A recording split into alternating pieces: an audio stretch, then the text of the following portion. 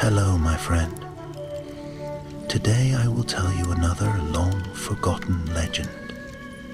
Close your eyes and let the magic transport you to Middle-earth. Our journey begins.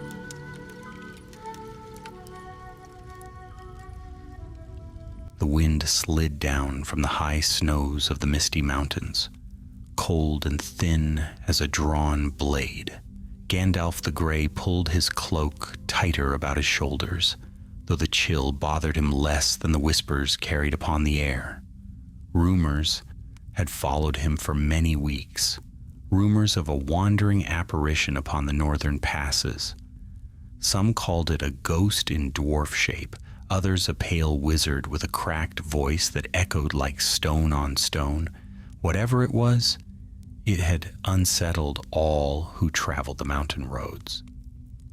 Gandalf had come from the east, taking the long road toward Rivendell.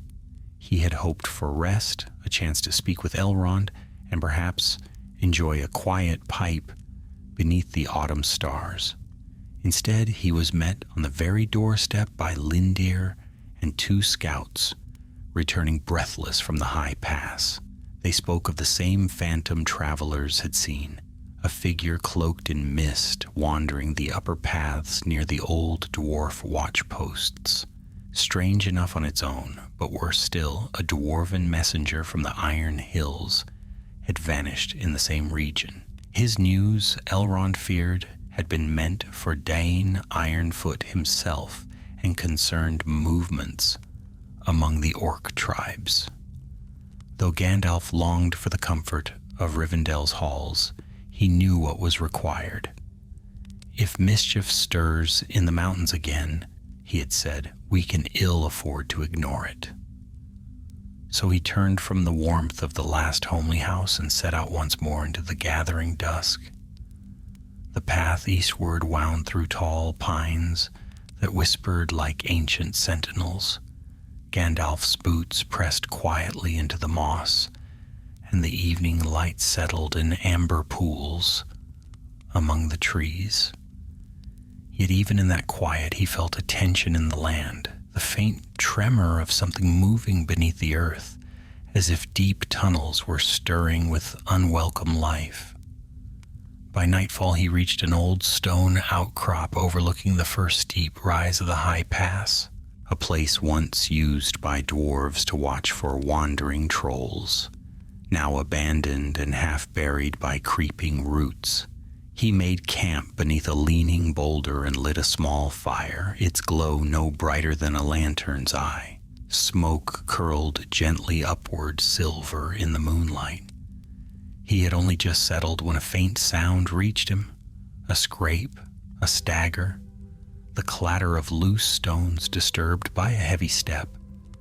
Gandalf rose at once, staff in hand. The fire hissed as a gust of wind swept through the narrow cleft. For a moment all was still.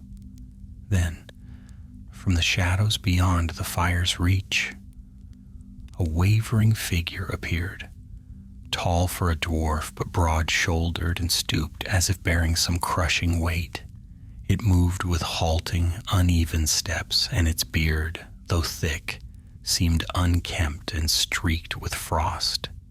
Its eyes caught the firelight, reflecting it in pale glimmers. "Who goes there?" Gandalf called, keeping his tone steady but firm. No answer came. The figure paused, swayed slightly, and turned its face toward him. The eyes narrowed. A low murmur slipped from its lips, a guttural mix of Khuzdul and something harsher, almost desperate. It raised a trembling hand, and for an instant Gandalf wondered if he should prepare a spell, but then the figure faltered and fell to its knees. Gandalf stepped forward swiftly. "Peace, friend. You are among allies, if you mean no harm." The figure tried to speak again, but the only words that came were ragged and broken. Gandalf knelt beside him and gently lifted the dwarf's chin. The face was gaunt beneath its beard, the skin pale from cold and lack of food. There was no malice in those eyes, only exhaustion and fear. A traveler lost in the mountains, perhaps, or one of the dwarves Elrond had spoken of. Yet something in the dwarf's manner troubled him. Fear alone did not twist a dwarf's speech into nonsense, nor would hunger alone make a hardy mountain dweller tremble like a leaf. Gandalf felt a pulse of dread. Something had driven this dwarf nearly to madness. Before he could speak further, the dwarf's eyes widened. He clutched Gandalf's sleeve with surprising strength and whispered a single word through cracked lips. "Orcs." Then the distant howl of a horn rose from the mountainside above them, low, rough, and unmistakably goblin-made. Gandalf stood at once. The fire sputtered. The night seemed to close around them. "So," he murmured, gripping his staff, "our watchers have found us first." And with that, the shadow of danger fully descended upon the high pass. The goblin horn moaned again across the crags, rolling like a foul wind through the narrow clefts of the misty mountains. Gandalf's eyes flashed beneath his hood, and the dwarf at his feet shrank back, as if the sound itself were a spear thrust. "Up, lad," Gandalf said, his voice low but steady. "We cannot linger." The dwarf tried to rise but stumbled, so Gandalf hauled him to his feet with a firm grip. Though half-starved and trembling, the dwarf still carried the weight of his people in his broad shoulders. Gandalf steadied him as the echoes faded, replaced by the faint scrape of claws on stone. Several pairs, perhaps more, moving swiftly down the slope above them. There was no time to douse the fire, so Gandalf dragged the dwarf into the shadows between two leaning stones. The mountain wind tugged at his cloak as he lifted his staff. Its tip glimmered faintly, ready to blaze, if need pressed hard enough. Down the ledge came 3 goblins, spindly limbed and sharp-toothed, creeping like spiders across the rocks. Their yellow eyes gleamed with hunger and glee. They sniffed the air, muttering to one another in their rasping tongue. "Fire. I smell fire. Someone camps below. Man shape? Dwarf shape? We take both. Find the stray. Our chief wants him back." Gandalf's jaw tightened. So they sought this dwarf specifically. That meant trouble lay deeper than a simple hunt. The goblins crept closer. Their crude blades flickered in the moonlight. Gandalf did not wait for them to draw near. He stepped out from behind the stone, raising his staff high. Light burst forth, white and sudden, like a shard of daylight, driven into the night. The goblins shrieked, blinded, claws clutching at their eyes. Before they could flee, Gandalf brought the staff down upon the rock. A thunderous crack echoed through the cleft, and a shock of force swept outward, knocking the creatures flat. They tumbled back across the ledge, scraping and hissing in panic, before scrambling away into the shadows, yelping curses as they vanished. The light dimmed. Gandalf listened. For the moment, no others followed. He turned quickly to the dwarf, who huddled against the stone with wide, uncertain eyes. "They will return," Gandalf said, "with more." The dwarf swallowed hard. "There are many," he managed, his voice still rough. "Too many. They hunt me day and night." Gandalf placed a steadying hand on his shoulder. "Then we must move fast. Can you walk?" I think so." "Good. For every path they know, I know one they have forgotten." He guided the dwarf from the small hollow and led him along a narrow shelf of stone. The moon rode low between drifting clouds, its pale light painting the cliffs in silver. Though danger pressed around them, the quiet majesty of the mountains lingered. steadfast and ancient like the deep roots of Middle-earth itself. As they moved, the dwarf found his footing once more. After a time he spoke with clearer voice. "My name is Thorinbal," he said, "of the Iron Hills. I was sent to carry a message to Erebor, but orcs overtook our party north of the pass. I alone escaped, though not for long, it seems." Gandalf nodded. A dangerous trail for any dwarf to walk alone. "I was not alone," Thorinbal whispered.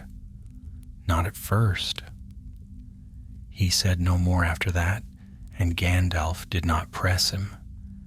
Pain lay behind that silence, and answers would come in their own hour. They reached a crossing where two paths wound upward, one steep and broken, the other narrow but sheltered by overhanging stone. Gandalf chose the sheltered way and guided Thorinbal through it, though he paused often to listen for scurrying claws or the scrape of steel. The night deepened and frost crept along the stones. Gandalf kept them moving until they reached a derelict watch nook cut into the mountainside, a dwarven refuge from older days, roof half collapsed, but walls still standing firm. Here he let Thorinbal rest. A faint glow from the wizard's staff lit the chamber with a warm, steady shimmer. Thorinbal sank against the wall, breathing hard. "You have wandered long," Gandalf said gently. "Too long," the dwarf murmured. "I fled through tunnels half forgotten, passages crawling with orcs. They hunt now with purpose, not hunger. Someone drives them, someone or something." Gandalf listened intently. Thorinbal continued, voice trembling. "I saw banners in the deep places, black cloth, marked with a red mark like a claw. They mean to unite the tribes of the northern tunnels. They mean war." Gandalf felt the mountains chill more keenly then. A union of goblin tribes could choke the northern roads, cut off the dwarves, and threaten even Rivendell. "And the phantom?" Gandalf asked softly. "The shape that haunts these passes? Was it you?" Thorinbal lowered his head. "Sometimes. I wandered half senseless. I fear I frightened many, but I am no ghost, Master Wizard. Only a lost dwarf chased by shadows." Gandalf nodded slowly, though a prickling worry remained. Thorinbal spoke truth, yet the tales carried more than one description. Some travelers claimed the figure wielded a staff of light. Others said it moved with unnatural speed. No dwarf, however desperate, could do such things. There was another presence upon the mountains. He just did not yet know its name. Before he could ponder further, a new sound drifted into the watch nook. Soft, but unmistakable. The clatter of pebbles disturbed by many feet. Gandalf rose at once, staff blazing brighter. "They have found our trail," he said. "And now, Thorinbal, the true chase begins." The rumble of approaching feet thickened in the dark. First a distant patter like rain on shale, then the sharper clang of iron striking stone. Gandalf stood tall beneath the low roof, staff raised, its glow casting long shadows across the broken chamber. Thorinbal stiffened, clutching the remnants of his strength as fear crept into his weary eyes. "They come from the upper tunnel," the dwarf whispered. "That way leads toward the old watch stairs. If they reach the high landing above us, they can seal every exit." "Then we shall not wait for their pleasure," Gandalf replied. "Come, there is another path."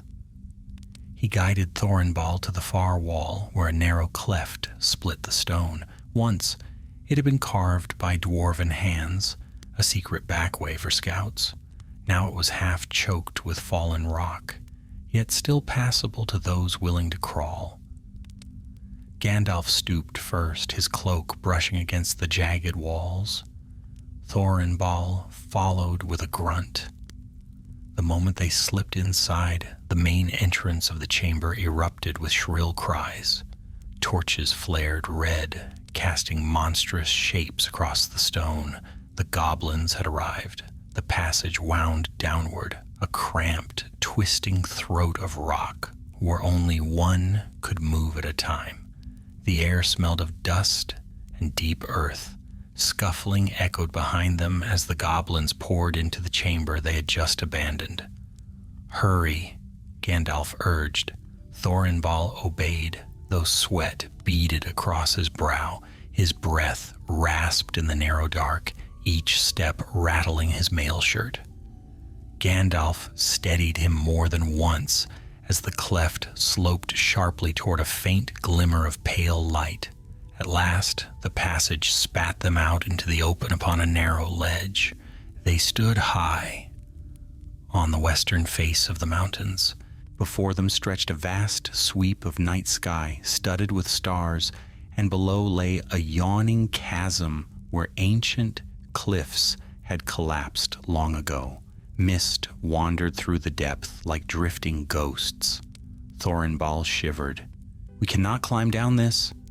"No," Gandalf said, "but there is a trail along the edge, leftward. Keep close." They pressed on, hugging the rock as loose gravel skittered over the drop. Far above, the goblins shrieked in frustration, their torches flickering like sparks in the black. Gandalf felt their hungry eyes scanning the mountainside. Before long, they reached a broader shelf, where the ledge widened into a natural terrace. Here the wind struck them full, sharp with the bite of drifting snow. Thorinbal leaned heavily on a stone pillar, breathing hard. "We must rest, just for a moment," the dwarf pleaded.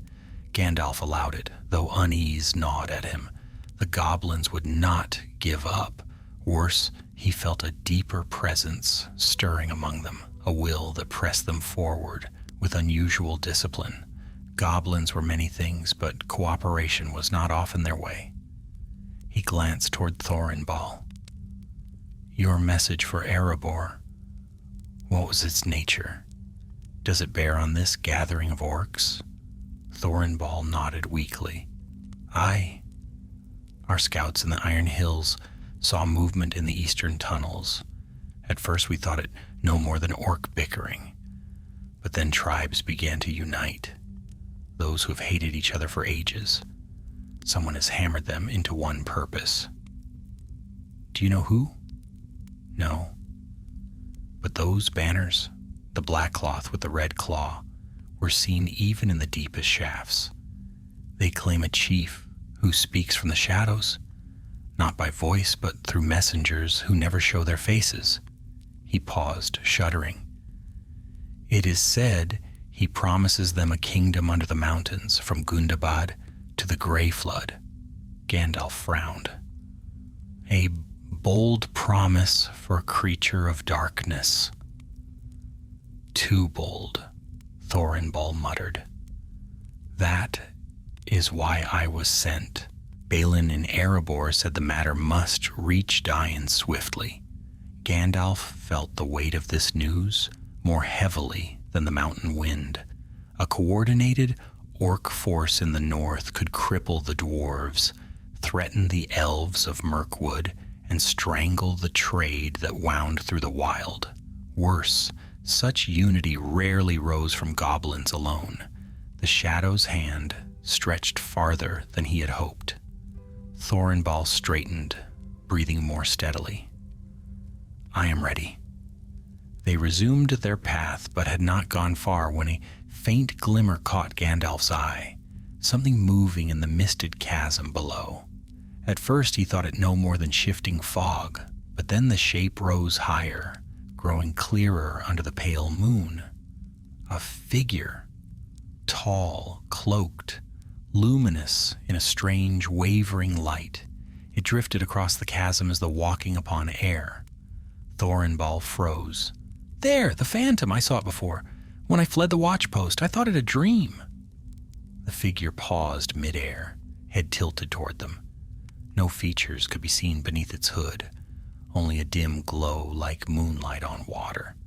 Then, with a slow, almost deliberate motion, it extended a hand toward Gandalf. A cold shiver swept through the wizard, though no fear rooted him. Instead, a wary wonder gripped him. For whatever this being was, it carried no trace of orcish craft, nor did it feel like any creature of shadow or Sauron's making. Yet neither was it a child of the free peoples. The phantom lowered its hand. Its body faded, dissolving into drifting strands of pale light that sank back into the chasm until nothing remained but mist.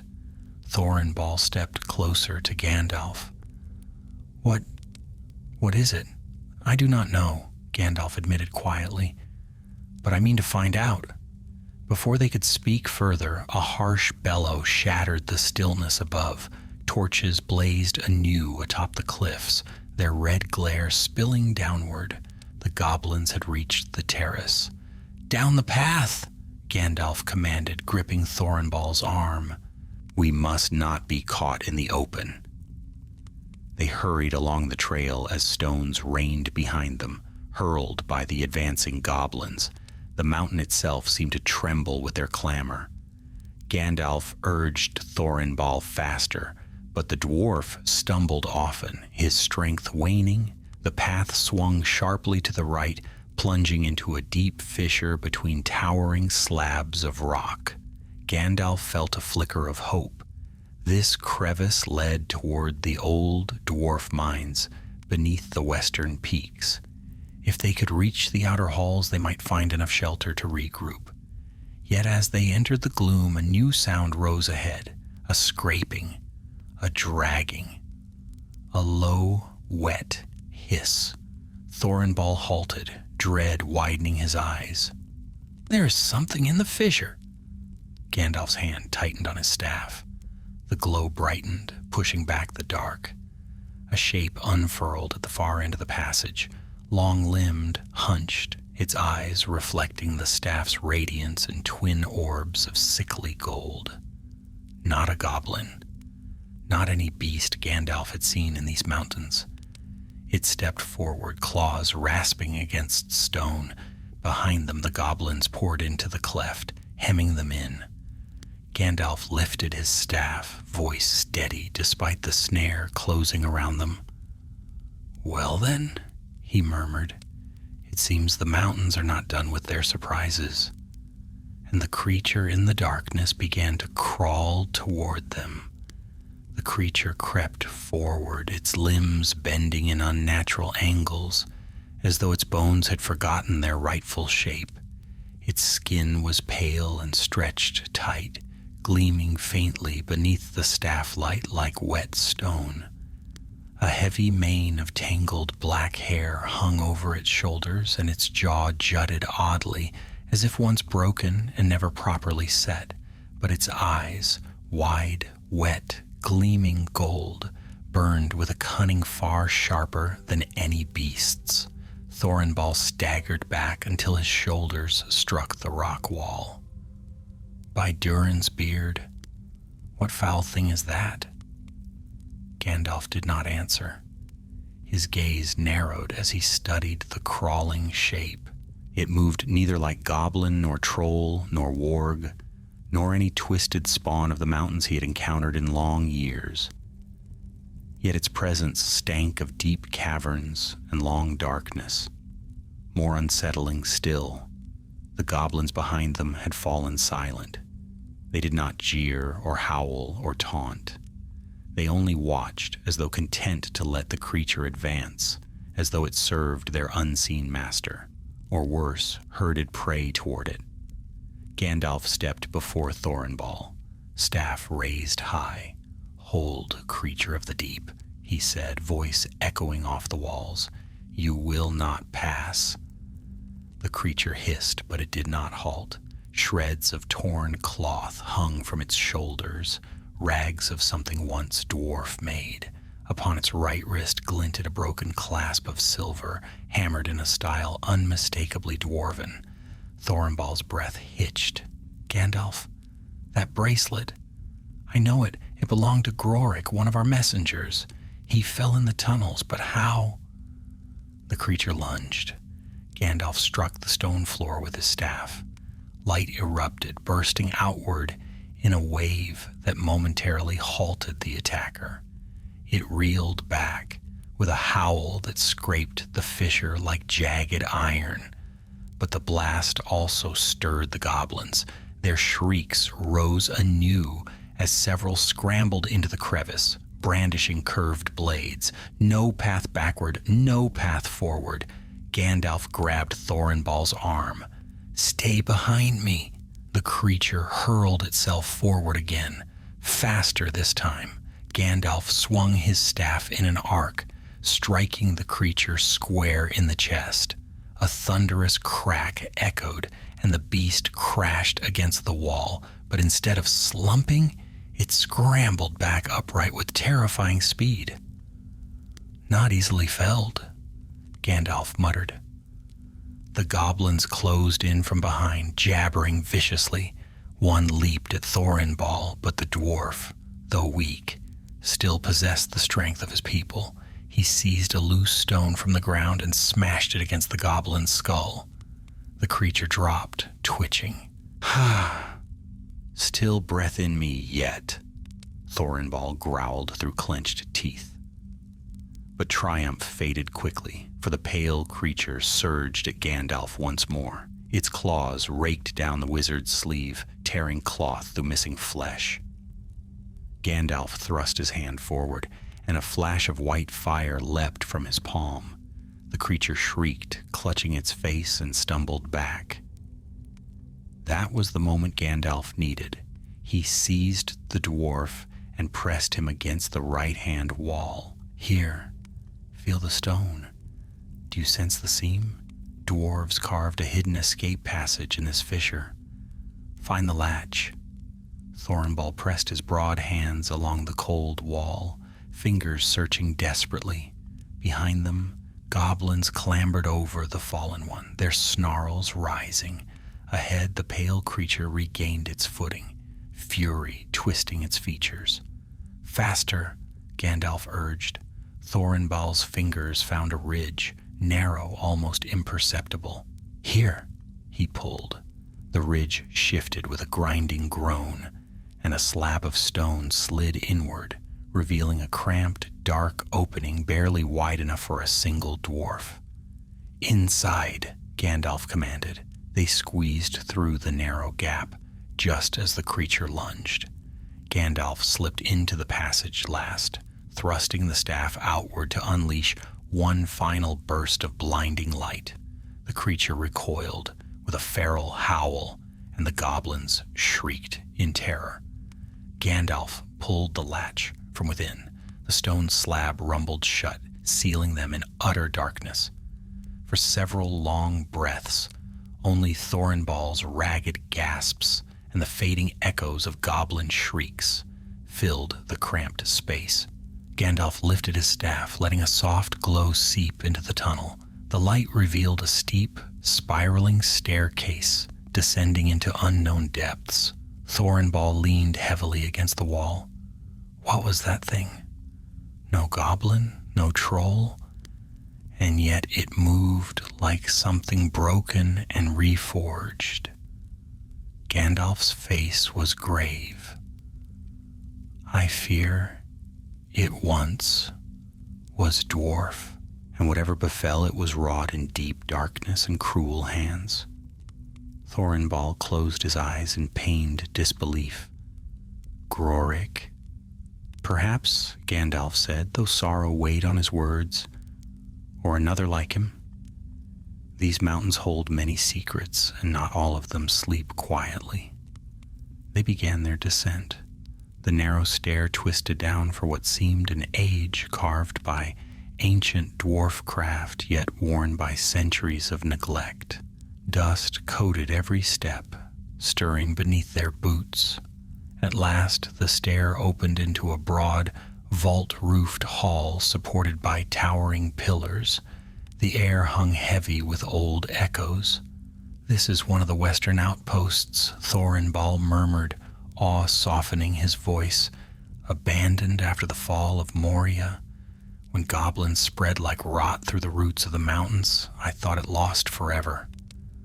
Lost to the dwarves, Gandalf said, but not to others. A distant clatter echoed through the hall, soft, rhythmic, like stone drums tapping far away. Thornball stiffened. What now? Gandalf lifted his staff higher, the light chasing back deeper shadows. Something moves in these halls still, but here at least we may find more answers than foes. They advanced between the ancient pillars, footsteps echoing. Strange runes etched into the stone glinted beneath the staff light, telling fragments of forgotten days, warnings, markers, old paths closed when darkness swallowed the deeps. The drum-like tapping ceased. Silence fell, a thick, breathless silence. Then a voice drifted from the far end of the hall. Not goblin, not beast, a low, wavering whisper. Gandalf, Grey Pilgrim. Thornball tensed. That voice, it is no dwarf. No, Gandalf murmured, but it knows my name. The staff's glow trembled slightly as the whisper drifted closer, becoming clearer, colder. I have waited for you, in shadow, in silence. A chill swept the hall, and from between the pillars, a second phantom form. Tall, luminous, cloaked in pale mist, stepped forth into the light. The figure glided into the vault's light like a wisp of moonlit fog taking shape, its form neither wholly solid nor wholly spirit. Its robes drifted around it in folds of pale gray, shimmering faintly as though woven of starlight drawn thin. No face could be seen beneath the hood, only a dim, wavering radiance that pulsed like the glow of some far-off lantern lost in deep mist. Thornball staggered back until he pressed against a pillar, clutching at its stone as if its solidity alone could anchor him. By the Forge Eternal, another phantom. Gandalf's eyes narrowed, though he kept his staff steady before him. Stand firm, Thornball. This is no wraith of the enemy, nor any ghost, born of wicked arts. Its presence carries neither malice nor dread. The phantom halted several paces away. Its voice drifted through the hall, a quiet tone, almost gentle, yet echoing strangely, as though spoken from a great distance. I am no foe to you, Mithrandir. I am a memory given shape, a remnant that lingers where sunlight has long been forgotten. The wizard regarded the figure with wary patience. Then speak plainly. What manner of being are you, and why do you roam these mountains? The phantom tilted its head, as though studying him in turn. When it spoke again, the echo deepened, like the murmur of wind, slipping through empty ways. I am called the Echo of Durin's Way, a guardian wrought of old, by those who shaped these halls. I am a watcher bound to stone and silence, awakening only when peril stirs in the deeps. For long years I slept, but now the mountains tremble with new purpose. Its words carried weight, an ancient cadence older than goblins, older than the scattered bands of dwarves who once held the western tunnels. Thornball's fear softened into cautious reverence. A guardian? Forged by dwarves? He breathed. I have heard tales of such things, half legend, half dream, spirits summoned by runes of deep craft to keep vigil over hidden roads. The phantom gave no answer, but the faint shimmer along its robes rippled like a nod. Gandalf lowered his staff slightly, though the glow remained bright. Why have you revealed yourself now? What danger moves beneath the mountains that stirs even the ancient watchers? The phantom's voice deepened. An old path has been broken. A chamber sealed for ages has been forced open by hands filled with malice. Within its shadows lies a relic of the dwarves, one the enemy has long sought. The orcs dig toward it, driven by a will they do not understand. Thorinbal stiffened. A relic? What relic? The phantom turned slowly toward him. A helm of the elder smiths. A helm forged as a symbol of unity when the clans first sought peace between East and West. A relic of kingship, though no dwarf ever wore it in battle. It contains no enchantment of war. Yet in the hands of shadow, even symbols may be twisted into chains. Gandalf's heart sank. The helm of Voradin. I thought it lost when the last outposts fell. It was hidden, the phantom replied, locked away beyond reach, but the enemy's servants have tunneled near its resting place. Their leader seeks to claim it as a token, to bend the tribes beneath a single banner. With such a symbol, their scattered clans may be forged into an army. Thorinbal's breath came sharp. So this is the purpose behind the uniting tribes. They seek not merely blood, they seek a king. Gandalf nodded grimly. And someone whispers to them from the darkness, guiding their claws toward old secrets. The phantom drifted closer, its glow brightening. You have little time, Grey Pilgrim. The tunneling grows nearer each hour. If the relic is seized, the orcs will rally in numbers unseen since the fall of Khazad-dûm. A chill swept through the hall at those words, as though the very stones shivered in memory of that ancient tragedy. Gandalf drew a slow breath. Then you must show us the path, Guardian. Lead us to the sealed chamber. But the phantom's radiance dimmed slightly, as if troubled. My binding lies here. I may guide, but only from afar. I cannot walk the deepest passages. My form fades in tunnels untouched by dwarven craft. Then tell us the way, Gandalf said. The phantom raised an arm, sleeve drifting like mist. Beyond this hall lies the broken long stair. It descends into the lower mines. But beware, the Pale One hunts there. Thorinbal paled. The creature we saw, you know of it? It was once dwarf, the phantom said, voice filled with mournful echo, captured by orcs, twisted by darkness and cruel torments. His mind shattered, his flesh shaped as a tool. He serves now as a tracker for the shadowed chieftains. Thorinbal swallowed hard, grief tightening his features. Gandalf touched the dwarf's shoulder. There may yet be a way to free him or grant him peace. But first, the relic. The phantom stepped back, its form beginning to thin like smoke caught in a wind. I shall light your path while my strength remains. But know this, the tunnels shift and the orcs move with purpose. You will not face them alone. Then its form dissolved, fading into threads of pale luminescence that drifted upward and clung to the pillars like faint stars. A narrow trail of light unfurled across the hall, leading toward a dark archway at the far end. Thorinbal steadied himself. A guardian of the old halls, he murmured. If ever I doubted the tales, I do not now. Legends often walk when the world grows troubled, Gandalf said, guiding him toward the archway. Come, the broken long stair awaits. They entered the arch where the air changed, growing colder, deeper, thick with the heavy scent of abandoned mines. The stair spiraled downward in long, uneven steps worn by ages. Gandalf held his staff high, the phantom's pale trail weaving ahead of them like a ribbon.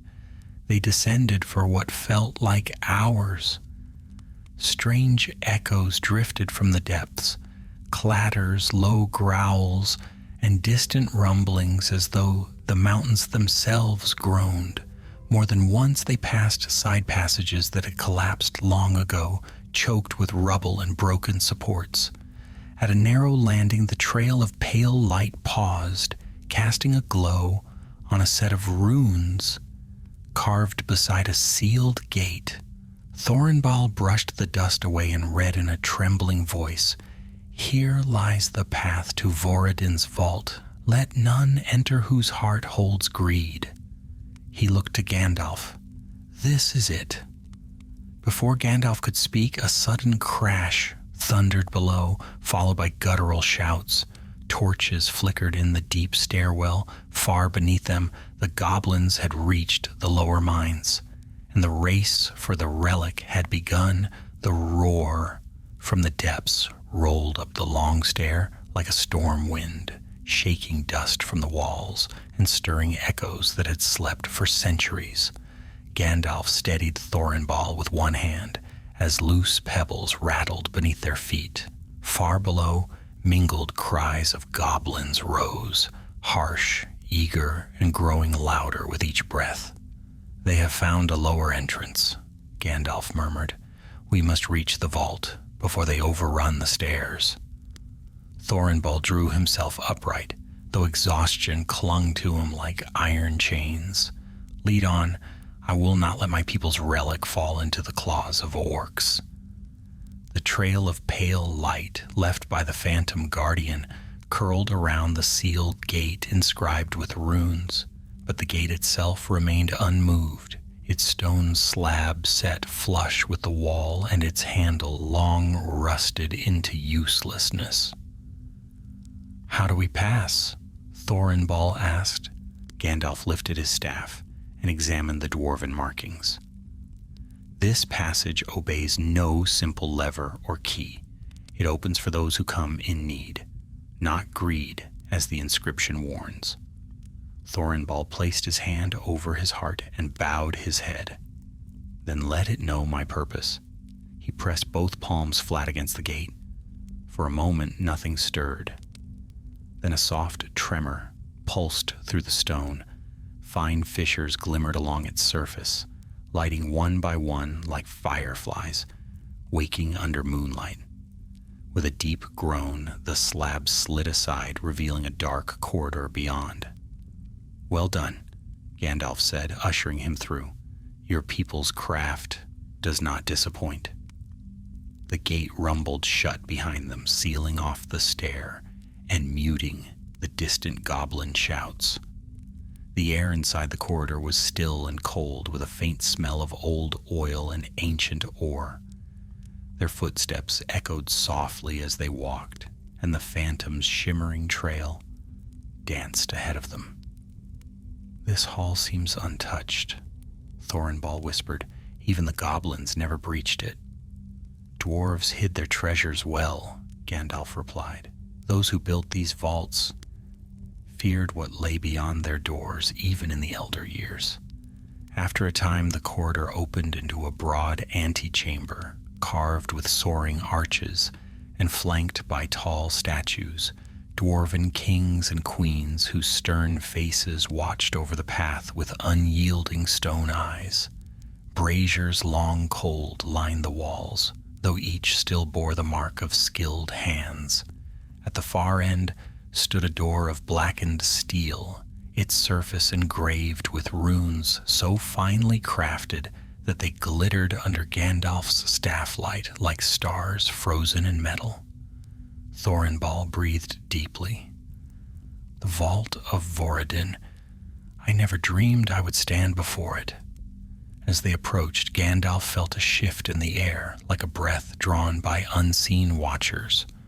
The runes stirred faintly, awakening beneath their gaze. He raised his staff and touched the tip gently against the door.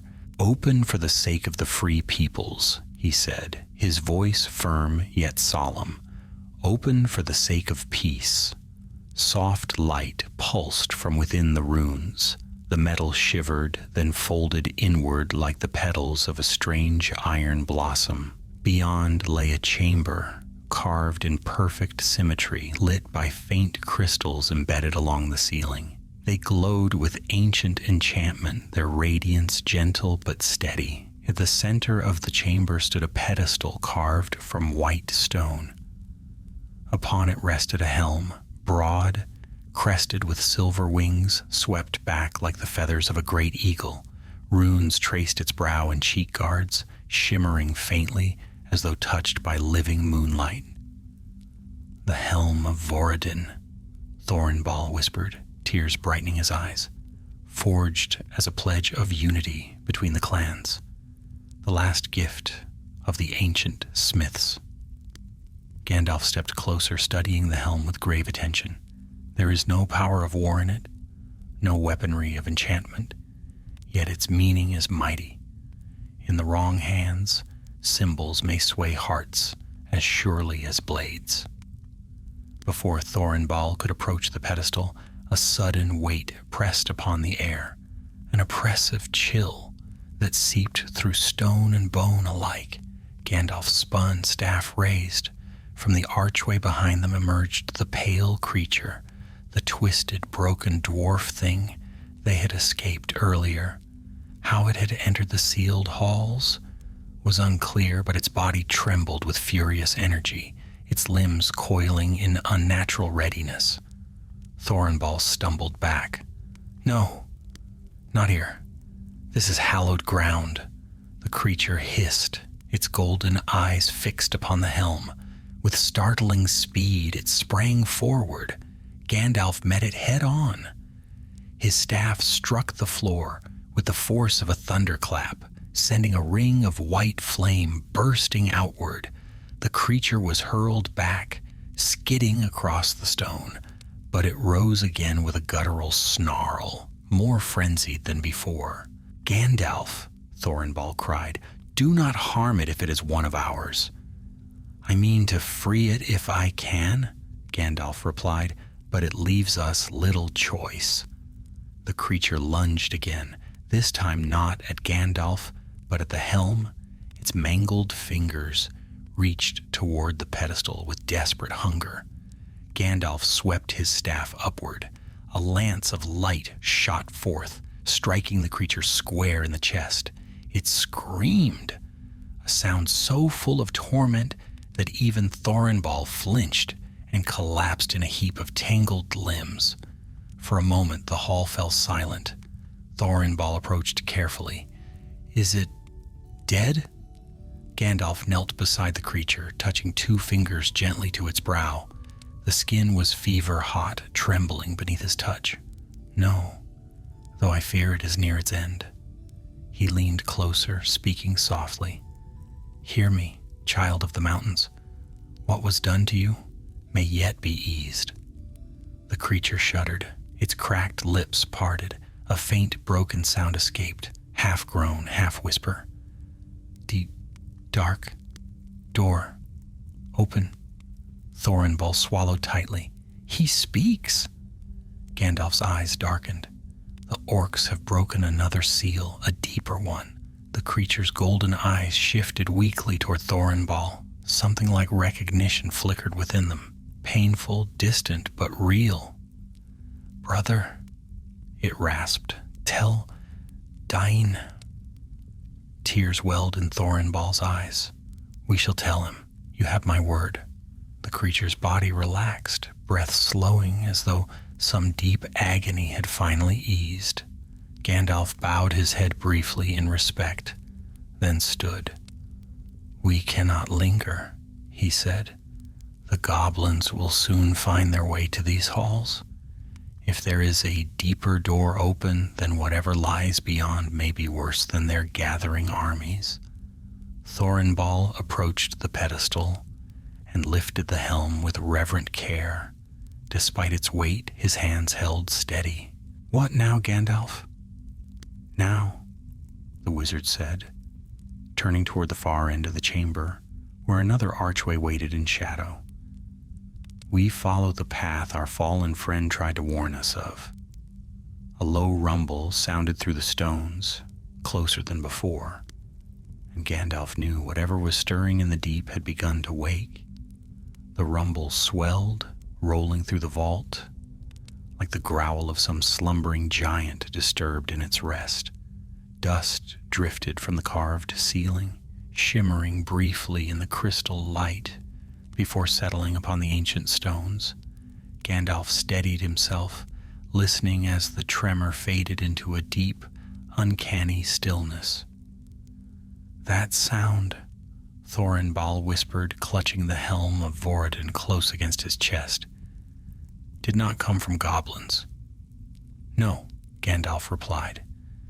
"It came from something older and far stronger. The creature we encountered spoke of a dark door, one the orcs have broken open. We must find it before they can claim what lies beyond."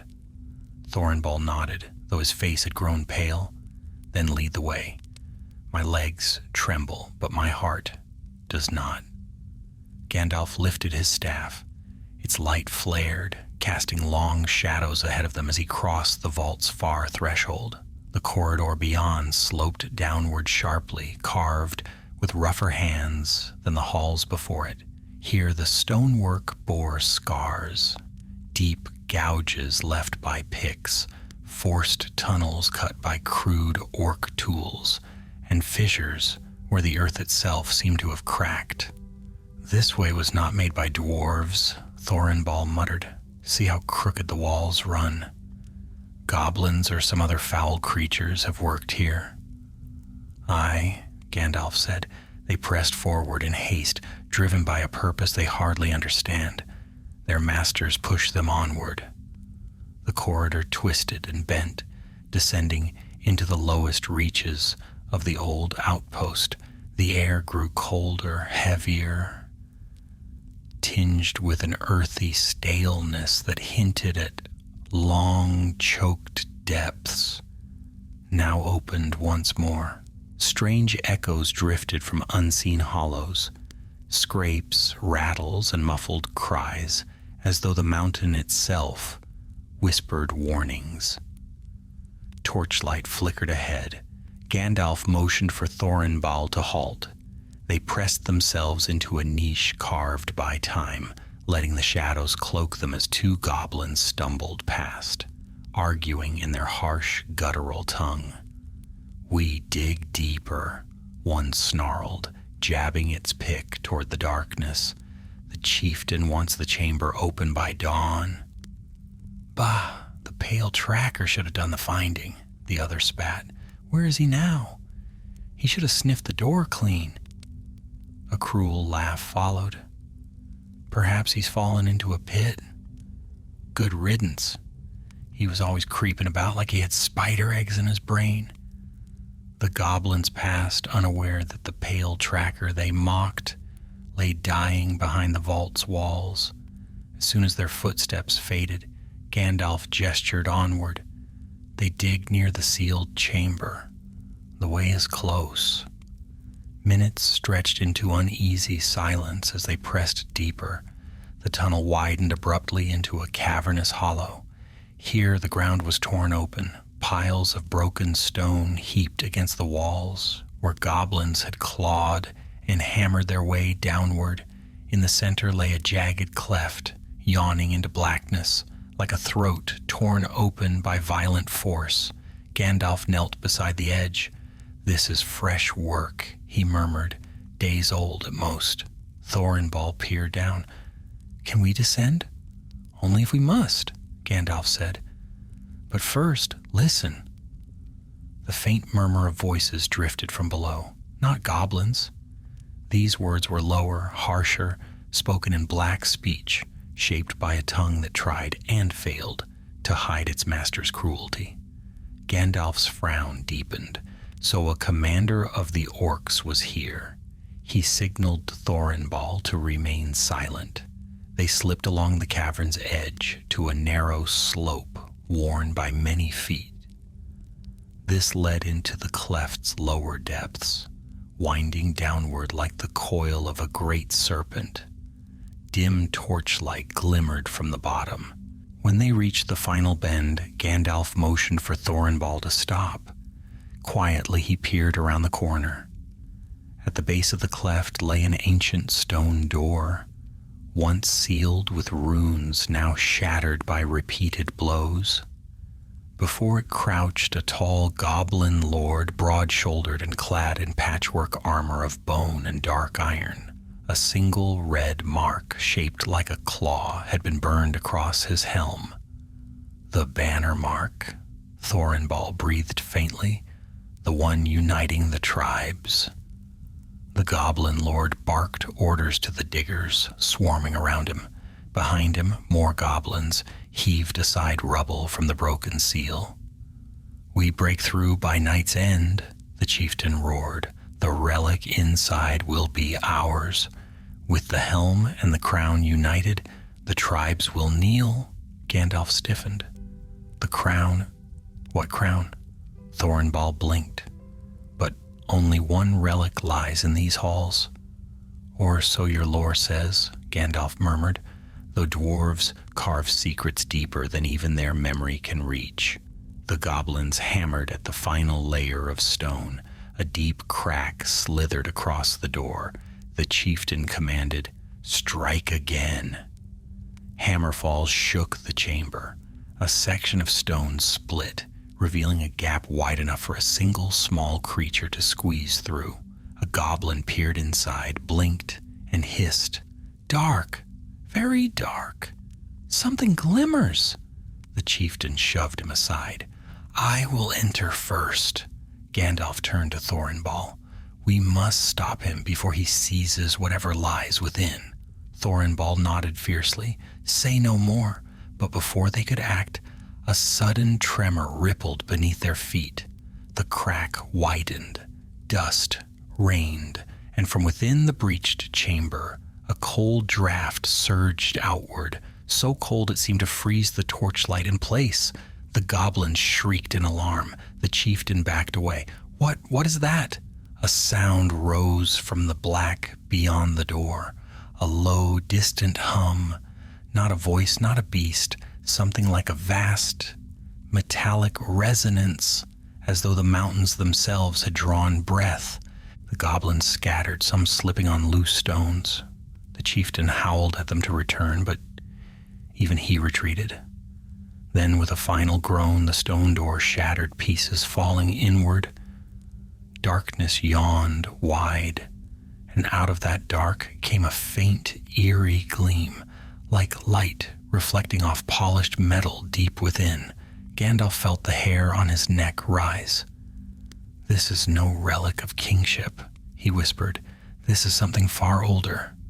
Thorinbal whispered shakily, "What lies in there, Gandalf?" But Gandalf's gaze never left the black opening.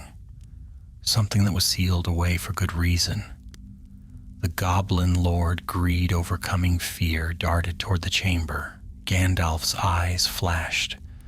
"No further," he commanded, stepping into the open. His staff blazed with sudden white fire, lighting the cavern like a captured star. The goblins wailed in terror. But the chieftain stood firm, blade raised. "It is the Grey Pilgrim," he snarled. "Kill him. Take the helm." Gandalf took a single stride, and the ground beneath them roared again. From the broken chamber came a sound like iron grinding upon stone. Then, footsteps, slow, heavy, ancient. Gandalf's face tightened with grim understanding. "Thorinbal," he said, voice low. "Run." The dwarf stared. "What comes?" Gandalf did not answer, for the answer was already stepping into the torchlight. From the shattered doorway emerged a shape, wrought of stone and metal, tall as two dwarves standing one atop the other, broad as a fortress gate, and etched with runes that throbbed in dull red light. Dust drifted from its plated shoulders, as though it had lain in slumber for ages beyond count. Its face was a mask of smooth stone, carved into hard, implacable lines, and upon its brow gleamed a single rune, the mark of the first forge, the eldest craft of the dwarven fathers. Thorinbal's breath caught in his throat. A stone warden.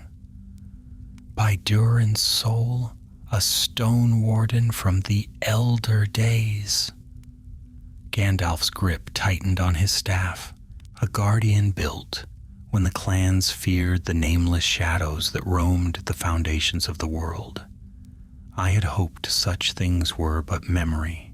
The stone warden moved with ponderous weight, each step grinding stone beneath its feet. Its arms ended in great block-like hands, each finger carved like a chisel. It surveyed the cavern, the goblins, the broken seal, as though waking into some dreadful revelation. The goblin chieftain was frozen in amazement for a heartbeat. Then greed twisted his face. "A guardian," he snarled. "A prize greater than any relic. Bring it down, you worms. It will serve us or it will break." His minions obeyed with terrified eagerness. A dozen goblins hurled themselves at the stone warden, brandishing jagged picks and rusted blades. They might as well have struck at a mountainside. The first blow clanged harmlessly against the guardian's chest. Sparks flew. Another blade snapped on impact. A third goblin's pick bent like soft tin against its arm. The stone warden turned toward them at last. Its eyes, two deep sockets carved beneath an unyielding brow, lit with crimson fire. Then it moved, not swiftly, yet with overwhelming force. Its massive hand swept across the cavern in a single crushing arc, flinging goblins aside like scattered pebbles. Screams echoed as their bodies struck the walls or vanished down the fissures. The chieftain stumbled back, awe shattering his bravado. Gandalf seized Thorinball's arm. "We cannot remain here. But the helm, keep it close and follow." Yet before they could flee, the stone warden halted and turned its blazing gaze upon them. Thorinball froze. "It has seen us." "Stand still," Gandalf murmured. "Stone wardens do not strike the unmarked unless provoked. They were forged to know dwarf from foe." The guardian lowered its head. The fire in its eyes dimmed. Recognition, or at least uncertainty, flickering in its ancient heart. Slowly it raised one enormous hand. Not in threat, but in solemn inquiry. Thorinball straightened, awe overcoming fear. He lifted the helm of Voradin, holding it high. "I am Thorinball, son of Tharim, of the Iron Hills. I bear the helm of our fathers. We come not to desecrate these halls, but to protect them." The stone warden's runes flickered. A faint chime sounded, like distant anvils striking in harmony. For a moment all seemed still. Then the chieftain screamed. He leapt from behind a fallen stone, swinging a jagged, barbed spear. Its point plunged into the guardian's knee joint, where metal plates met carved stone. A roar, deeper than thunder, burst from the stone warden's chest. Its eyes flared blood red. The runes across its entire body blazed with fiery brilliance. Thorinball cried out, "You fool!" Gandalf's voice rang across the cavern. "Thorinball, back!" The guardian struck downward with catastrophic force. The chieftain dodged by a hair's breadth as the blow shattered the stone floor, sending fragments exploding outward. Goblins scattered in blind panic, some falling into the chasm that ran along the cavern's edge. But the chieftain had seized what he needed. As he retreated, he held in his claws a heavy, dark metal circlet, rusted, cracked at one side, yet unmistakably wrought with dwarven craft. "A crown," Thorinball gasped. "I knew nothing of this relic." Gandalf's voice hardened. "It was hidden deeper than even your lore recalls, likely abandoned, forgotten, until now." The goblin lord raised the broken crown high with wicked triumph. "The helm and the crown, with these the tribes will bow, the mountains will burn." His voice rang with manic hunger as he scrambled up the nearest lift shaft carved by his own diggers. His followers, terrified but obedient, swarmed after him. The stone warden lunged to follow, but suddenly faltered, its limbs grinding. Cracks spidered across its thigh where the chieftain's spear had struck. A shower of dust spilled from the wound. Thorinbal clutched Gandalf's sleeve. "It is wounded. We must help it. It is our own creation." "No," Gandalf said. "Its duty is to guard the chamber. Ours is to stop its relic from falling into evil hands. We must pursue the chieftain at once." The stone warden turned its blazing eyes toward them again. It raised its uninjured arm and pointed toward the upward tunnels where the goblins had fled. A command. A plea. It struck the earth with its great hand, opening a fissure that cut off the other exits. It meant to force them after the chieftain while it held the cavern alone. Thorinbal bowed deeply. "Forgive us. We shall return." The guardian gave no sign of hearing, but its runes gleamed faintly like fading hope. Gandalf pulled Thorinbal toward the newly opened ascent. "Come. Every moment brings the Goblin Lord closer to the upper tunnels and to rallying his kin." They ran into the rising passage as the cavern thundered with the sounds of battle. Behind them, the Stone Warden fought, its roars echoing through the depths, each one shaking the very mountain. The goblins shrieked in terror as they fell before its wrath. The tunnel steepened, twisting through ancient stone. Sweat stung Thorinbal's eyes, and his breath rasped with every step, yet he did not falter. Gandalf pushed him onward. "Hold fast to the helm. If the chieftain unites crown and helmet, he will proclaim himself king beneath the mountains." "And the tribes will follow," Thorinbal grimly replied, "even if his rule is built upon ruin." "Especially then," Gandalf said, "for orcs bow most easily to cruelty." At last, faint daylight appeared ahead, gray and cold, seeping through a narrow cleft. They burst into an upper passage that opened onto a wind-swept ledge, overlooking the northern slopes of the Misty Mountains. Snowflakes drifted through the air. Far below, the Goblin Lord raced across a stone ridge with the crown held high, his pack howling after him. Gandalf leaned forward, staff blazing. "Thorinbal, can you descend this cliff?" "If it saves my people," the dwarf answered, tightening his grip on the helm. "I can fly." "Then go," Gandalf said. "I will drive them toward you." He raised his staff, and a bolt of white flame arced across the ledge, striking the ridge ahead of the chieftain.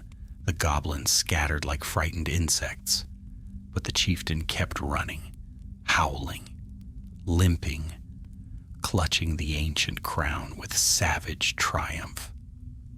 Thorinbal charged after him, roaring a battle cry that rang across the snowbound heights, and Gandalf followed, cloak streaming, staff alight, knowing the next clash would decide the fate of every northern road. Snow swept across the ridge in thin, stinging sheets, driven by a wind that wailed like restless spirits through the high crags. The Goblin Lord fled along the narrow spine of stone, clutching the cracked dwarven crown in his clawed fist. His followers loped behind him in a disordered pack, half maddened by fear, half emboldened by the relic their chieftain had seized.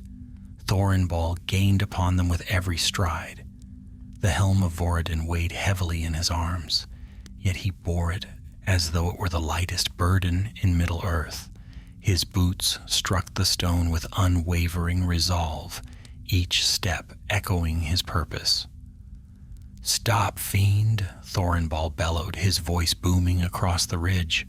"You carry what you do not understand." The chieftain snarled over his shoulder but did not pause.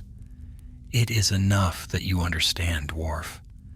Enough to fear what comes next. With crown and helm, I will rule this mountain and every tribe within." Gandalf emerged from the cleft behind them, cloak swirling in the wind. His staff burned like a shard of dawn, casting long shadows behind the fleeing goblins and illuminating the treacherous path ahead. "Thorinbal," he called, "do not charge blindly. The ridge narrows ahead." But the dwarf did not falter. "Then let it narrow. I shall pass or perish." The path tightened into a precarious ledge, barely wide enough for a single dwarf. On one side lay a sheer fall into mist-shrouded ravines. On the other, a jagged wall of black stone rose like the flank of some slumbering beast. The goblins slowed, skirting the precipice with hunched backs and panicked chatter. The chieftain reached a natural pillar of stone jutting from the ledge and clambered atop it. There he turned, lifting the crown high. "Look well," he roared to his trembling kin. "See the mark of kingship. The old ways fall, new ways rise." He slammed the crown onto his helm. The bent metal rang faintly, more like a groan than a chime. A wave of unease rippled through the goblins. Even they sensed the relic was not meant for their kind. But their chieftain bared his teeth in a grotesque grin. "Bow," he commanded. One goblin obeyed, then another.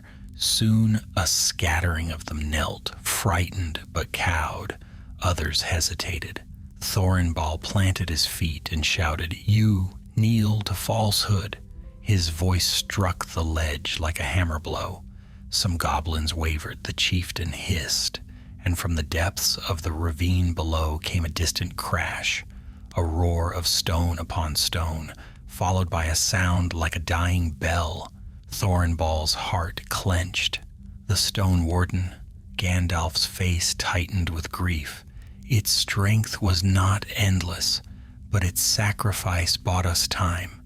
The chieftain, emboldened by the guardian's fall, raised his jagged spear.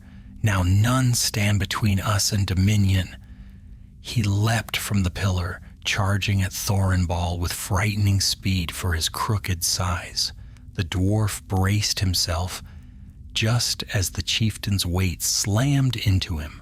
They crashed against the ledge, skidding dangerously close to the precipice. Thorinbal grunted, the helm nearly torn from his grip. "You will not have it." The goblin lord's claws closed around his throat. "I already have what I need, dwarf." "The crown is enough." Gandalf strode forward, but goblins swarmed around him, desperate to hinder him. He struck them aside with sweeps of his staff, but for every one that fell, two more leapt from the shadows. Thorinbal wheezed for breath as the chieftain pressed him down. Snowflakes melted on the dwarf's brow as he fought to raise his arm. The crown glimmered on the goblin's helm, its metal dull, cracked, tarnished by time and dark use. It seemed almost to pulse with a dim, corrupted light.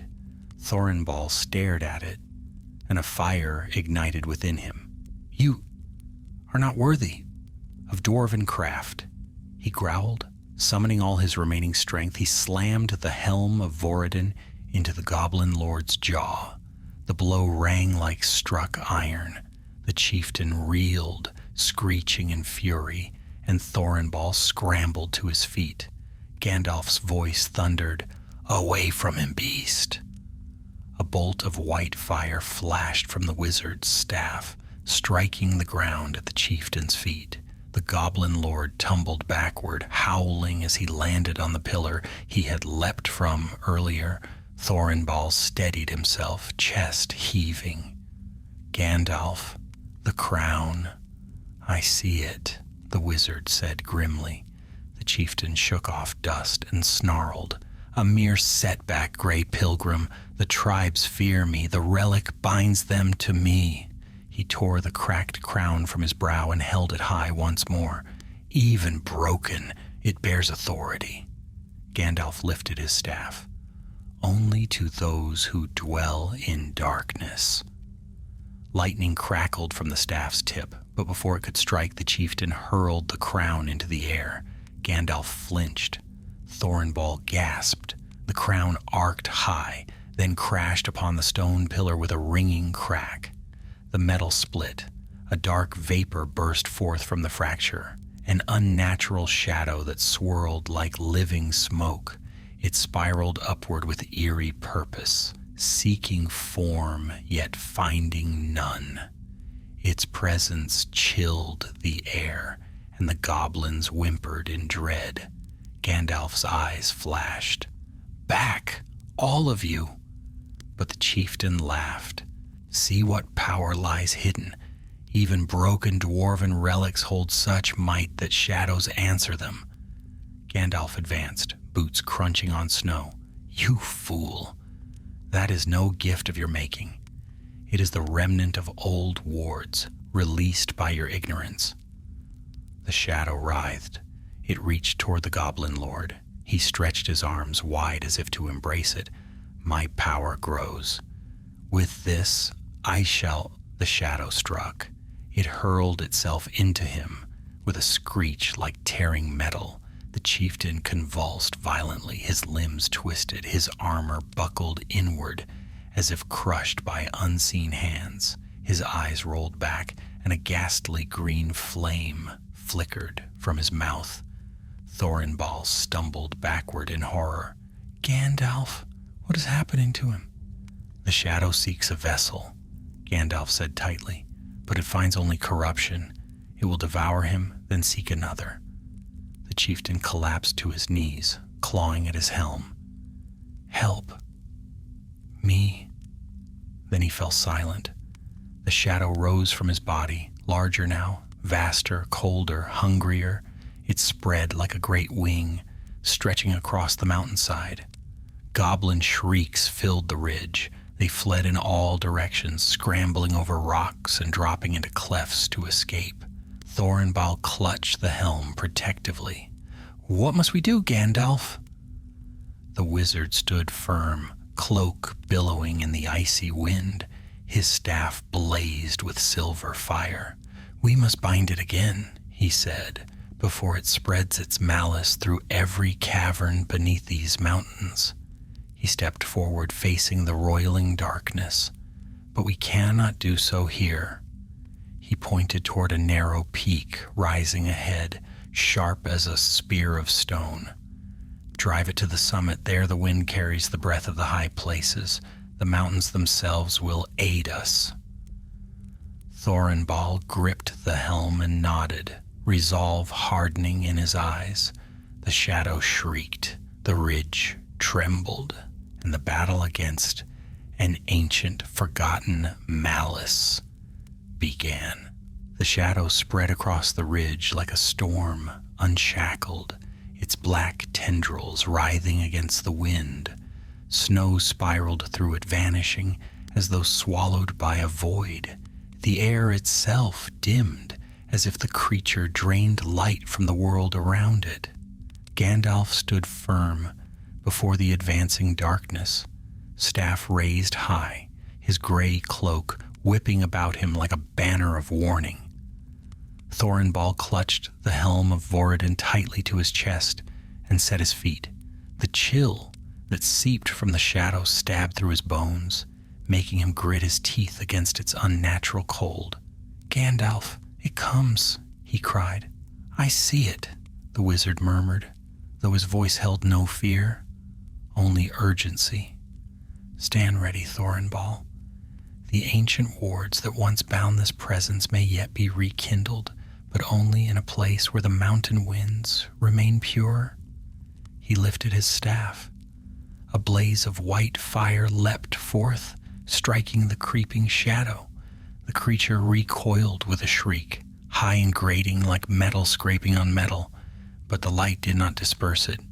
Instead, the darkness recoiled and gathered itself into a vast shape that towered like a twisted banner over the ridge.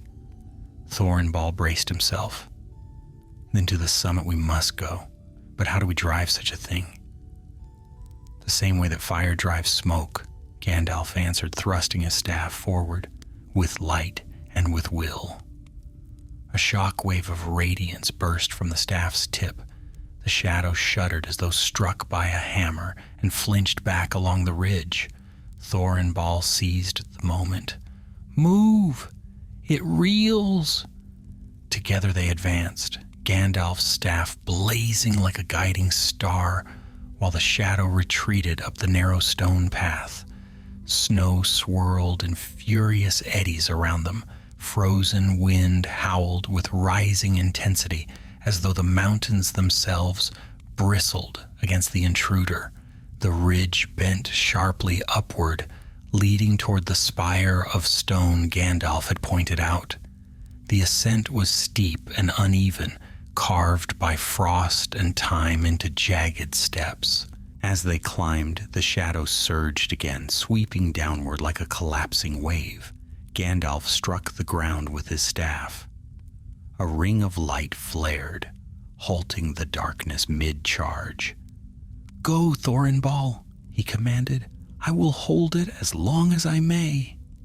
The dwarf hesitated only a heartbeat before obeying. He climbed swiftly, boots scraping against ice-slick stone, each step carrying the weighted relic closer to the summit. The shadow turned its burning attention toward him, sensing the helm's significance.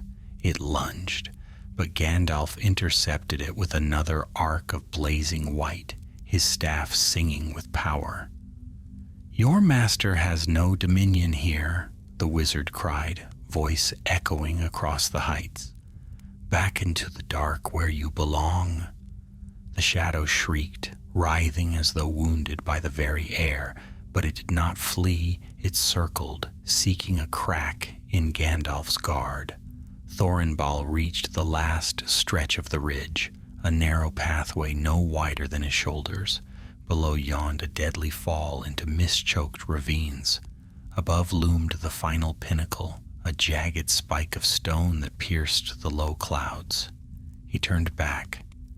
"Gandalf, hurry!" The wizard began his ascent, staff blazing. The shadow surged after him with feral hunger. Gandalf swung the staff, sending streaks of silver fire that carved glowing scars through the darkness. Yet the creature closed in relentless waves, pressing him step by step up the path. Thorinbal reached the summit plateau, a cramped shelf of stone where ancient runes lay half buried beneath frost. Wind shrieked past the tiny height, fierce and pure. "This is the place," Gandalf called as he reached him. His breath came hard, but his eyes burned with fierce purpose. "Stand at the center, raise the helm high." Thorinbal obeyed. He stepped atop the runed stone and lifted the helm of Voradin above his head. The silver wings of the helm glimmered faintly as the mountain wind surged around them. The shadow poured over the ridge like a rising tide. It gathered into a towering silhouette, its amorphous form twisting into what vaguely resembled a crown of writhing tendrils. Its hollow eyes burned with pale green fire. A voice, not spoken but felt, echoed through the air. "Mine, give it, mine." Thorinbal roared back. "It belongs to the dwarves, and to none other." Gandalf slammed his staff upon the stone. Light erupted, clear, white, and fierce, racing across the etched runes. The summit flared with ancient brilliance as the carvings awakened from their long sleep. The shadow reeled, shrieking as the wind intensified, sweeping at it from all sides. A great gale surged from the highest peaks, as if the mountain itself had drawn breath and now exhaled in fury. But the creature resisted. It hurled itself against the gale, its tendrils lashing the air. The light began to flicker beneath its onslaught. Gandalf gritted his teeth, leaning into the storm. "Thorinbal, call upon your ancestors. Speak their names." The dwarf raised his voice in a deep, thunderous chant, the words of ancient Khuzdul vibrating through the stone beneath their feet. One by one he named the great forefathers of the dwarven clans, Durin the deathless Thror Gror Thrain. The runes blazed brighter with each name. The shadow wailed, shrinking as the wind tore at its form. Gandalf lifted his staff high. A spear of silver-white fire shot upward, piercing the low clouds. "Begone," he commanded in a voice that seemed to shake the sky itself. "By the light of the high places, by the breath of the mountains, by the memory of those who wrought this helm, you shall not linger in this world." The shadow shrieked one final time, a sound that faded into the roar of the wind, then shattered like black glass caught in a storm. Fragments of darkness scattered, carried off on the wild gale until not a trace remained. Silence followed. The wind eased, the clouds thinned, the summit grew still once more. Thorinbal lowered the helm slowly, his breath heavy with exhaustion. "It is done, Gandalf, it is done." Gandalf leaned upon his staff, the glow fading gently.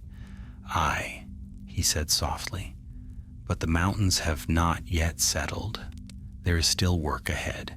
He gazed down the ridge where goblins fled like insects, scattering far below into the night. Word of this defeat will spread among them. Their unity will falter. But we must see the relics safe and assure no shadows linger in their wake. Thorinbal bowed his head, awe and sorrow mingling in his eyes. "Then let us climb down, wizard. The Stone Warden's sacrifice deserves to be honored, and our people must be warned." Gandalf gave a gentle nod, but far below, deep in the clefts of the misty mountains, something shifted, and Gandalf felt, not clearly but faintly, a whisper in the wind, a whisper of gathering darkness far in the east. He turned his gaze toward the rising moon. "We have won a battle here," he murmured, but the shadow moved still. The descent from the summit was slow and treacherous, for the wind had not wholly calmed, and shards of broken ice clung stubbornly to the stone. Gandalf went first, his staff guiding the way with a soft glow, while Thorinbal followed close behind, the helm of Voradin wrapped securely beneath his cloak. Neither spoke at first. The silence felt sacred, as if the mountain itself mourned the fallen Stone Warden, whose echoes still trembled faintly in the deep. At last they reached a broader stretch of the ridge, sheltered from the worst of the wind. There Gandalf paused, leaning against the rock. His breath, normally steady even after long marches, came with more weariness than Thorinbal had seen before. "You are exhausted," the dwarf said quietly.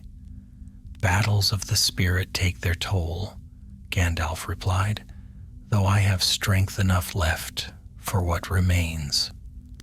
He turned his gaze back up the ridge toward the summit where the runes still glimmered faintly beneath the drifting snow.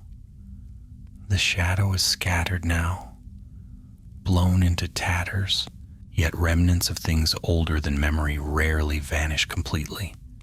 But what lingers will trouble no one for many years.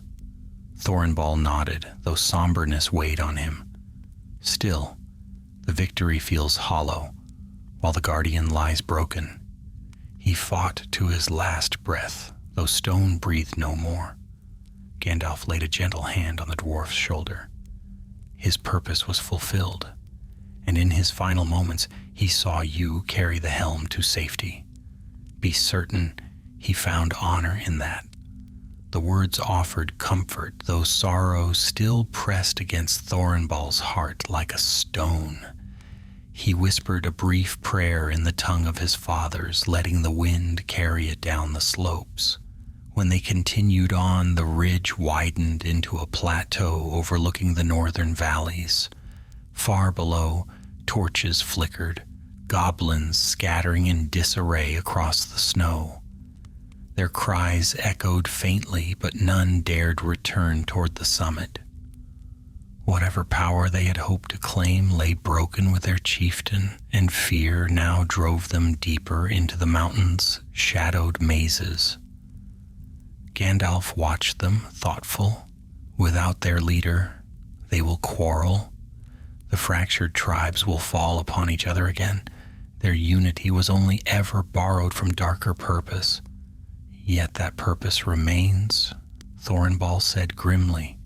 A whisper from the east, you said. Gandalf nodded.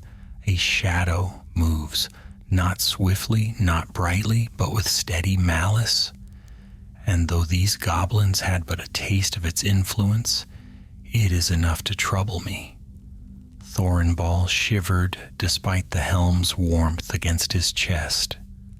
Then let us finish our task. The helm must be returned to my people, and the crown's remains. Yes, Gandalf said. We must recover what fragments we can. They reached the pillar where the goblin lord had fallen. The body lay twisted amidst broken stone, its armor scorched by Gandalf's light, and its face contorted by the shadow that had tried to claim it.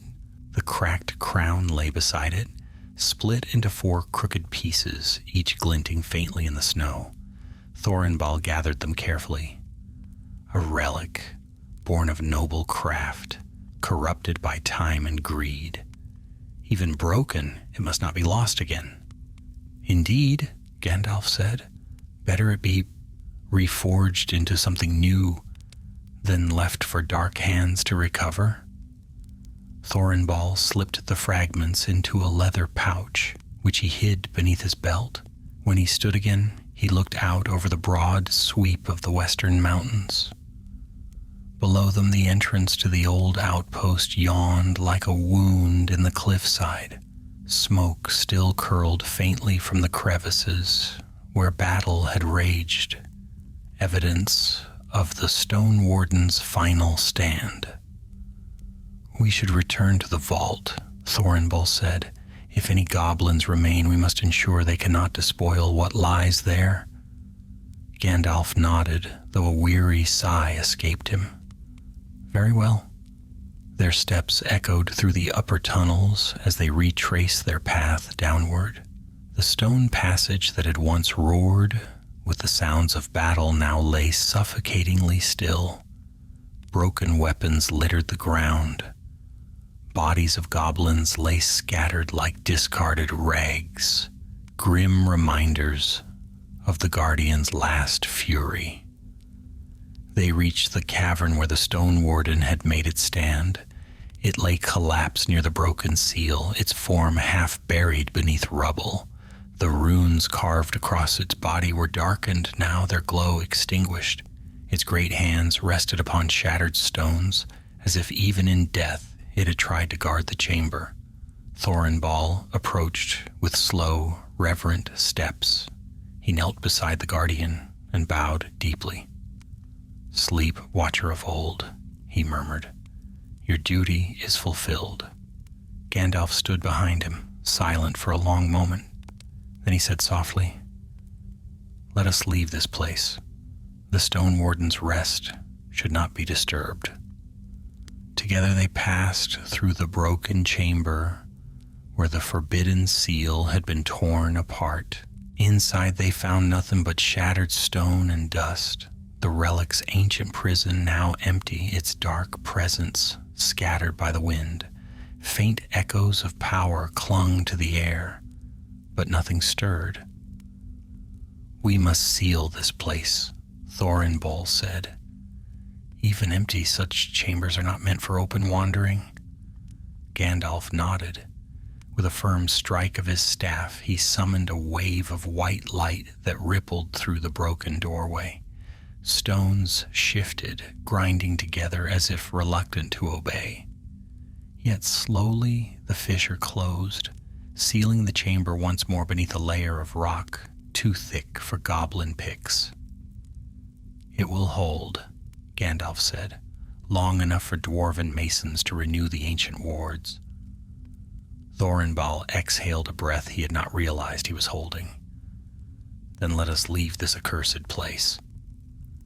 They climbed upward through the winding tunnels until at last the passage opened onto the high slopes. The pale gleam of dawn stretched across the eastern sky, casting long beams of gold and rose over the mountains. Snow sparkled like hoarded treasure.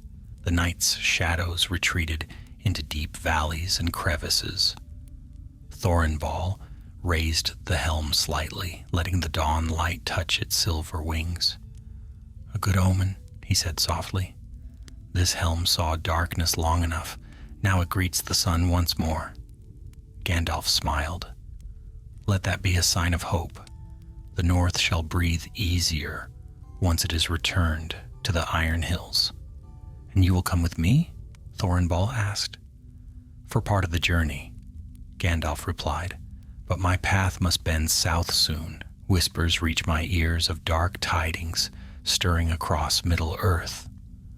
Thorinbal nodded solemnly. "Then let us walk together, as far as our roads align." They began the long descendant path through the mountain snow, two figures small against the vastness of the misty mountains. The wind eased. Daybreak spread its warmth over the cold stone, and deep within the world, far from the high ridges and brightening skies, something stirred, listening, waiting, gathering strength. Gandalf felt it like a distant tremor beneath his feet.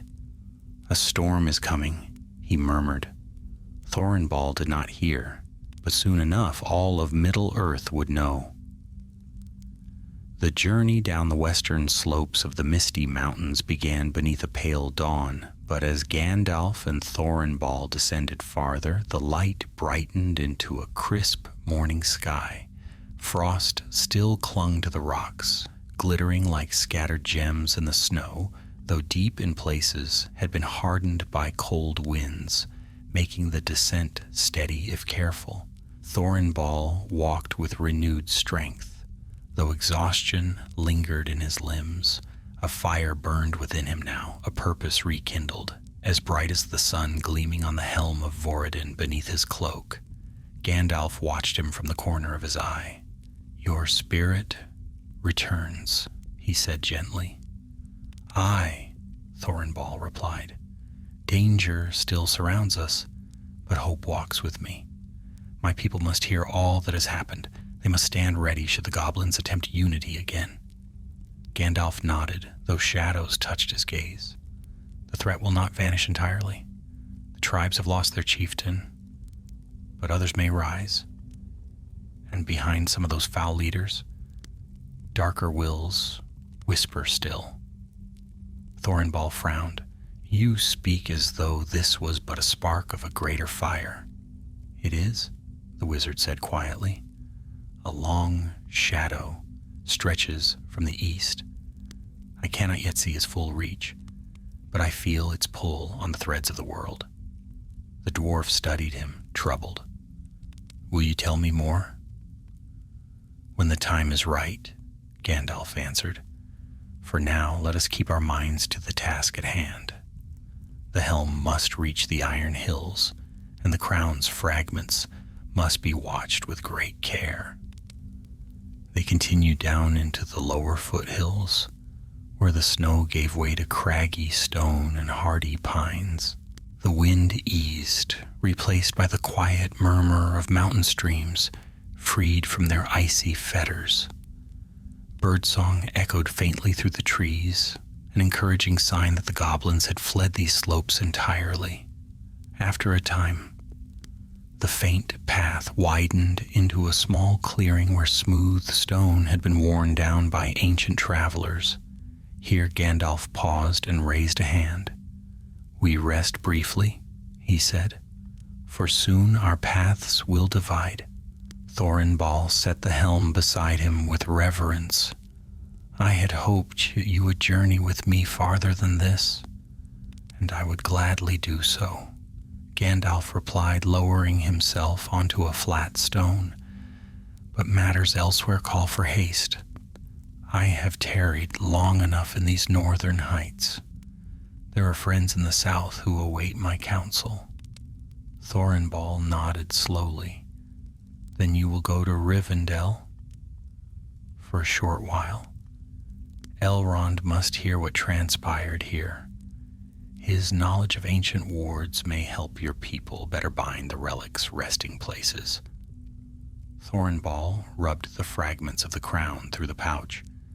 "This broken crown, it troubles me, Gandalf. Forged by my ancestors, yet forgotten entirely.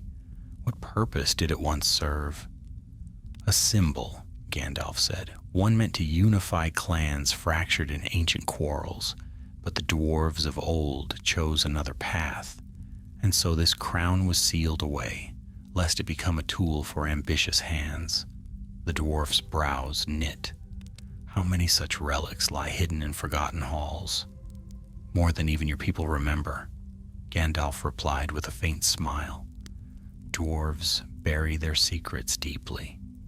Thornball considered this, then sighed, perhaps too deeply. Silence settled between them as they watched the clouds drift across the sky. After a time, Gandalf stood. "Our rest must end. The day grows late." They continued westward until the path split into two, one road climbing toward a forested ridge, the other descending into the green vale beyond, where small streams glittered like silver threads. Gandalf halted. "Here, this is where we part ways." Thornball's jaw tightened, but he nodded once. "If fate is kind, we shall share a fire again, Grey Pilgrim." Gandalf smiled, laying a hand on the dwarf's shoulder. "Fate often bends for those who walk with courage, and you have shown much." Thornball rapped the helm once more and bowed deeply. "May the mountain winds follow your steps, and may the halls of your fathers welcome you with gladness." Gandalf replied. The dwarf turned to take the downward road toward the distant plains that would eventually lead him to the river running and then to the Iron Hills. Gandalf watched until Thornball's sturdy form disappeared behind the pines. Only then did he turn eastward. The wizard moved with swift purpose, his cloak billowing lightly behind him. Though he walked alone, the mountains around him seemed to grow more vigilant, as if listening to his footsteps. For Gandalf's path was not yet done. As he climbed into the forested ridge, he paused at a high vantage where the land unfurled beneath him. The wide wilds stretched endlessly, mist-filled valleys, dark forests, rolling plains that glimmered faintly with morning frost. And farther still beyond sight, but not beyond sense, lay a darkness that stirred the air like distant thunder. Gandalf leaned on his staff. "Too many shadows gather in this age," he murmured. "Far too many." He resumed his march. The trees whispered around him as he passed, pine needles rustling in tones both wary and welcoming. Birds darted overhead. In the underbrush, small creatures stirred, but fled quickly when they sensed the wizard's presence. Eventually he reached a narrow gorge where the rocks twisted into strange shapes carved by ancient floods. As he stepped within its shadow, the wind hushed completely. Gandalf stopped. A figure stood waiting at the far end of the gorge, motionless, half-veiled by drifting mist, tall, slender, and cloaked in gray. Gandalf lifted his staff slightly. "I wondered how long you would follow." The figure stepped forward. Not an enemy, not a phantom, an elf, gray-clad, hood lowered, eyes bright as starlight. A messenger. "Gandalf," the elf said with a bow. "Lord Elrond has sent word back along your expected roads. He bade me find you." "And what tidings does he send?" Gandalf asked. The elf's expression darkened. A rider from the south arrived in Rivendell before dawn. He brought troubling news, signs of orc musters in lands far from their usual haunts, strange banners, movements that bear no common purpose. Gandalf exhaled slowly. So the restlessness spreads. There is more, the elf said quietly. The messenger brought whispers, only whispers from beyond the river, rumors of a darkness rekindling in the far east. Gandalf's hand tightened around his staff. The elf continued. Elrond bids you return with haste. He believes the time for council draws near. Gandalf nodded. Then let us make for Rivendell at once. They began their swift march through the winding gorge. Snowflakes drifted softly overhead, catching in the wizard's hair. And so, Gandalf murmured to himself, another shadow rises.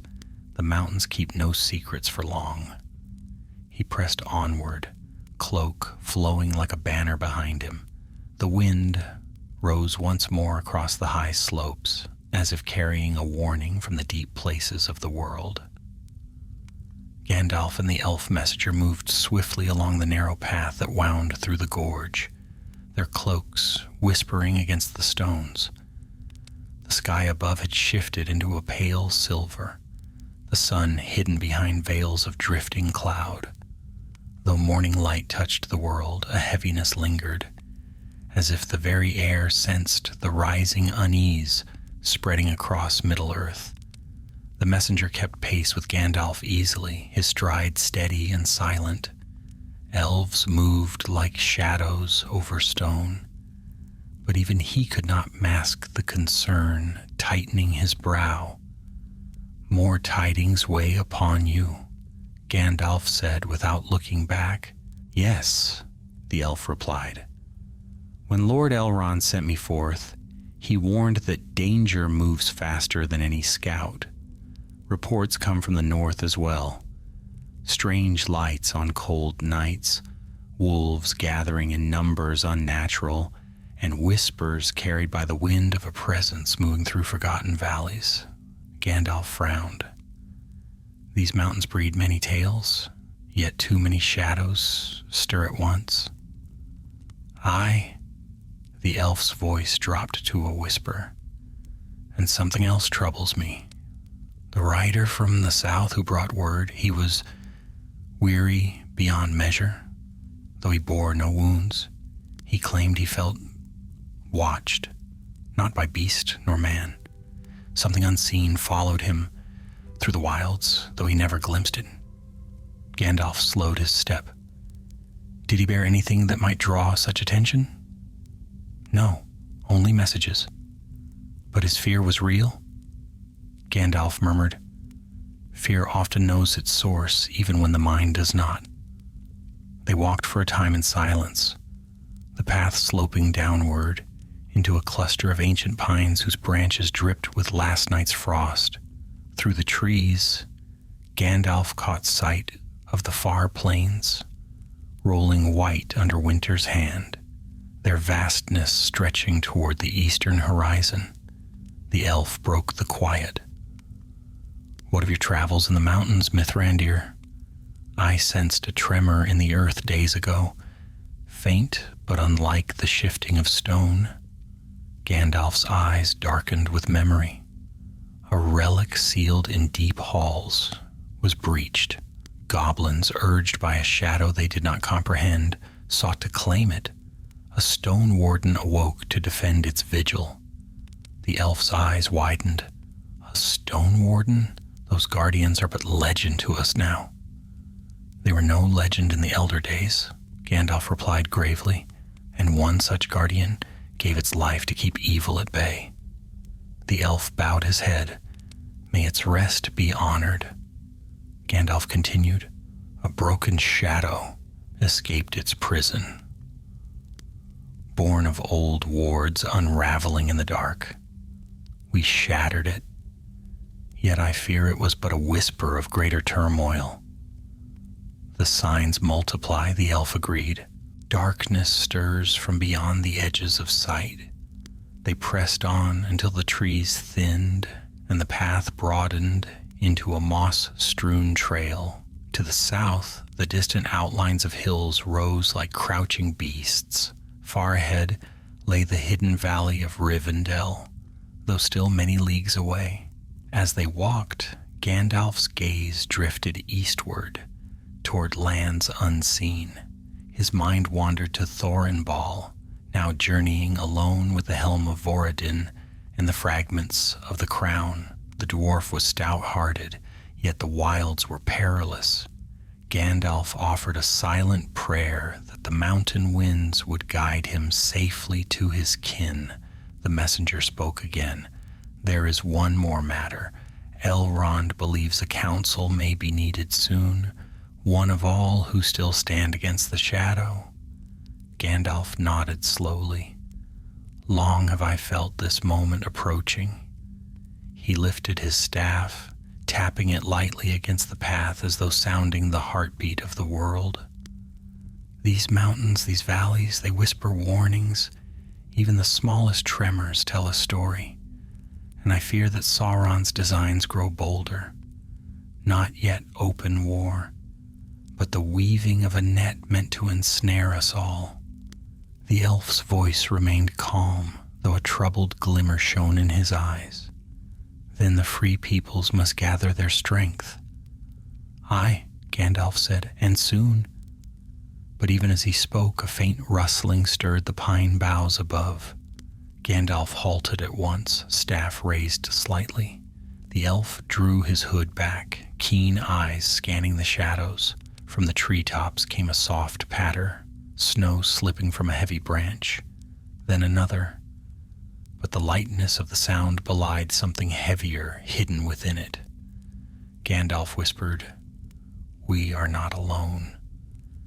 A silhouette shifted among the trees, swift, low to the ground, moving with uncanny stealth. A moment later, another shape darted between the trunks. The elf's hand moved to his dagger. "Wolves?" "No," Gandalf murmured, too silent. Suddenly, a growl echoed from the shadows, low, guttural, and deeply wrong. The sound reverberated through the air with unnatural resonance. A creature lunged from the trees.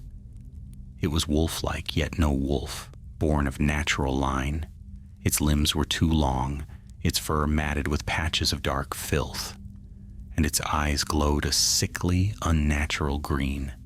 Black veins webbed across its hide like traces of corruption. The elf stepped forward, blade drawn. "A fell warg!" But Gandalf's eyes widened further. No warg ever bore such marks. The corrupted beast lunged at the messenger with a snarl. The elf dodged with swift grace, slashing across its flank. Dark ooze spilled onto the snow, steaming upon contact with the air. The warg twisted, snapping its jaws, but the elf was faster. A second beast burst from the brush, erupting toward Gandalf. He swung his staff in a tight arc. White fire burst from its tip, striking the warg full in the chest. The creature howled and skidded backward, limbs scrabbling against the earth. The elf called out, "They are tainted, driven by something foul." A third shape prowled at the edge of the clearing, then a fourth. Soon the shadows crawled with unnatural movement. "They mean to surround us," the elf hissed. Gandalf struck the ground with his staff. A ring of light expanded outward, pushing the creatures back for a heartbeat, but only a heartbeat. They recoiled, then pressed forward again, snarling in madness. "This corruption," Gandalf murmured, "it reeks of the same malice that stirred the goblins." The elves and wizard braced themselves as the beasts closed in. Snow churned beneath their paws, their breath steaming in thick, noxious clouds. Gandalf's voice sharpened. "We cannot delay here." "Then we break through their line," the elf replied firmly. Gandalf raised his staff, calling upon the deeper fire within it. On my mark, the beasts tensed. The wind held its breath. Then Gandalf shouted, "Now!" A blast of blinding white light surged outward. The corrupted wargs shrieked, stumbling away. The elf darted forward, swift as a streak of silver, cutting between the beasts as Gandalf followed, his staff blazing. They slipped through the gap and raced along the path. Behind them, the enraged creatures gave chase, their howls twisted by eldritch echoes. The forest thinned, and ahead, Gandalf saw the glimmer of open plains.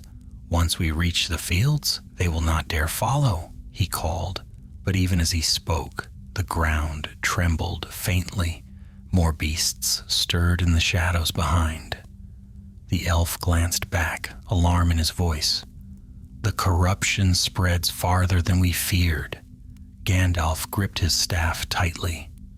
"We must reach Rivendell with haste," he said, "before the shadow, growing in this world, gains strength beyond our reckoning." So they ran, pursued by creatures not born of natural darkness, but of a deeper, older malice, now waking once more.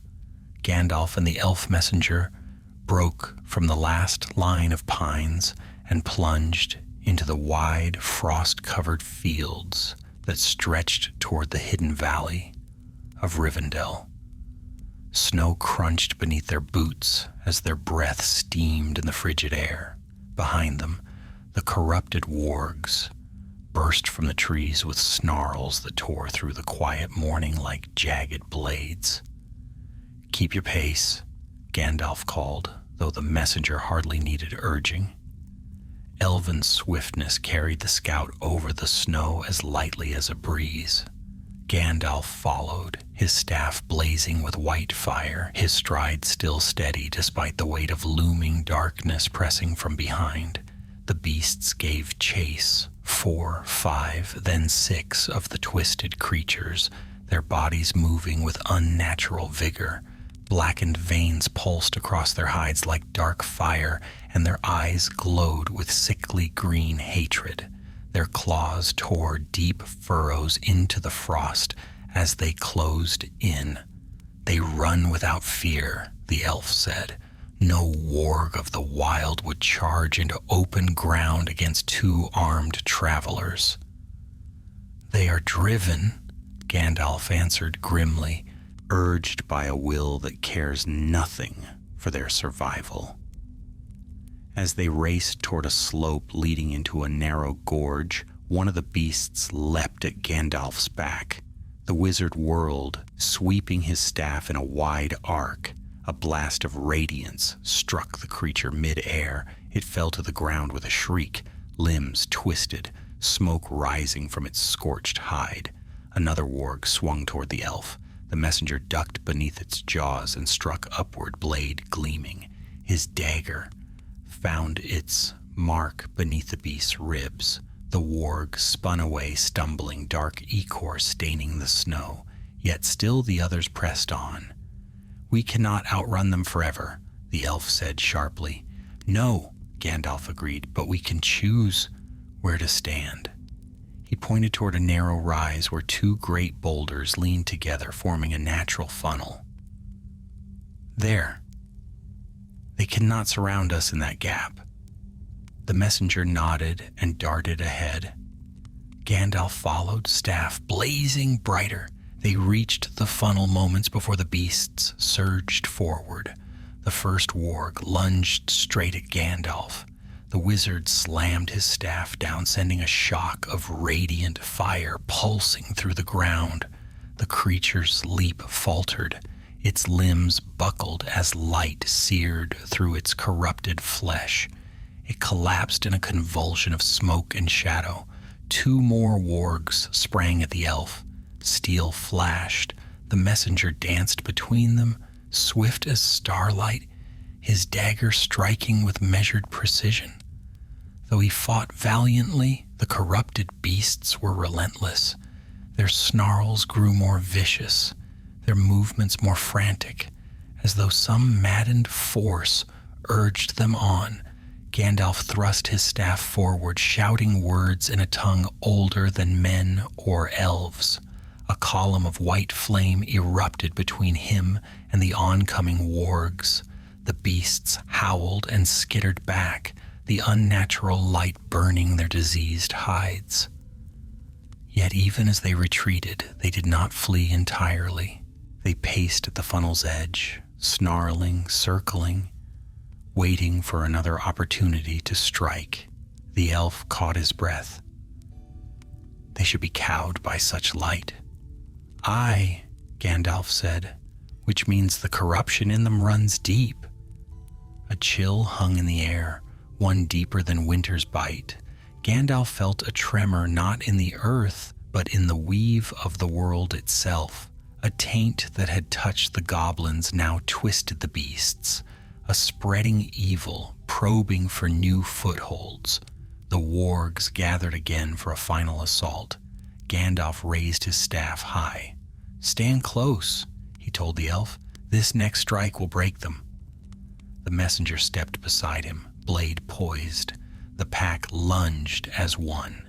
Gandalf slammed his staff upon the stone. A blinding wave of white fire expanded outward, rushing like a sudden storm wind. The air crackled with power.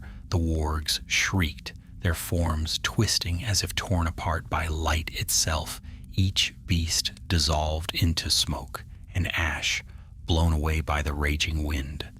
When the radiance faded, nothing remained of the creatures but blackened scars upon the snow. Silence returned.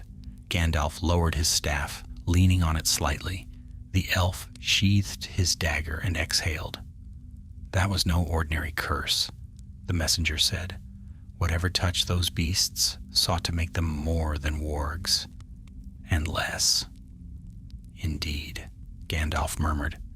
"The shadow that stirs is cunning. It tests the strength of its enemies. It sends forth servants twisted past reason. It seeks to see how far its influence may reach." The elf looked at him gravely. "Then the lands grow more perilous with each passing season." Gandalf nodded. "We must hasten to Rivendell. Elrond must be warned, and the free peoples must prepare for what lies ahead." They descended from the funnel, leaving the corrupted ash behind.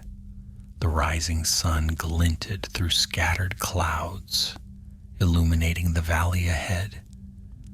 Gentle slopes led downward toward the Bruinen, whose waters shimmered faintly in the distance. The path bent toward a hidden cleft, where the river disappeared into forested hills. Gandalf felt a warmth grow in his chest.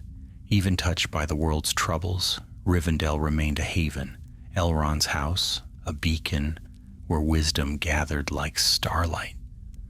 As they neared the valley's edge, birdsong returned, tentative but clear, as if assured by the wizard's presence. The wind softened, carrying the scent of pine and frost melt over the path. At last the hidden valley opened before them. Sunlight spilled over its sheltered slopes, where evergreens stood tall beside quiet streams. The roofs of Rivendell glimmered through the trees, their elegant lines blending with the very bones of the valley.